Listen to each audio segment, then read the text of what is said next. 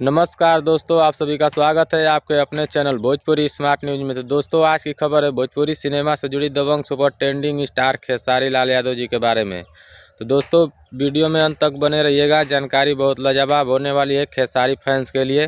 तो दोस्तों, आपको बता दूं, खेसारी लाल का इस सीज़न का तीसरा छठ वीडियो रिलीज कर दिया गया है वेब म्यूजिक से सुबह में आज 5:45 पे। तो दोस्तों, आपको बता दूं कि खेसारी लाल के इस गाने का नाम है हाली से लाली दिखाई। तो दोस्तों, आपको बता दूं कि इस गाने को लिखे हैं रुपेश दुबे और म्यूजिक दिए हैं रोशन सिंह। तो बहुत लाजवाब वीडियो है। तो आप लोग जाइए वेब म्यूजिक पर जाकर के एक बार ज़रूर देखिए। इस सीज़न का तीसरा वीडियो छठ का रिलीज़ कर दिया गया है। तो आप लोग ज़रूर जाइए देखिए, और अपडेट पसंद आइए तो इस वीडियो को लाइक करिए। भोजपुरी की छोटी बड़ी खबरों से जुड़े रहने के लिए हमारे चैनल भोजपुरी स्मार्ट न्यूज को सब्सक्राइब कर लीजिए।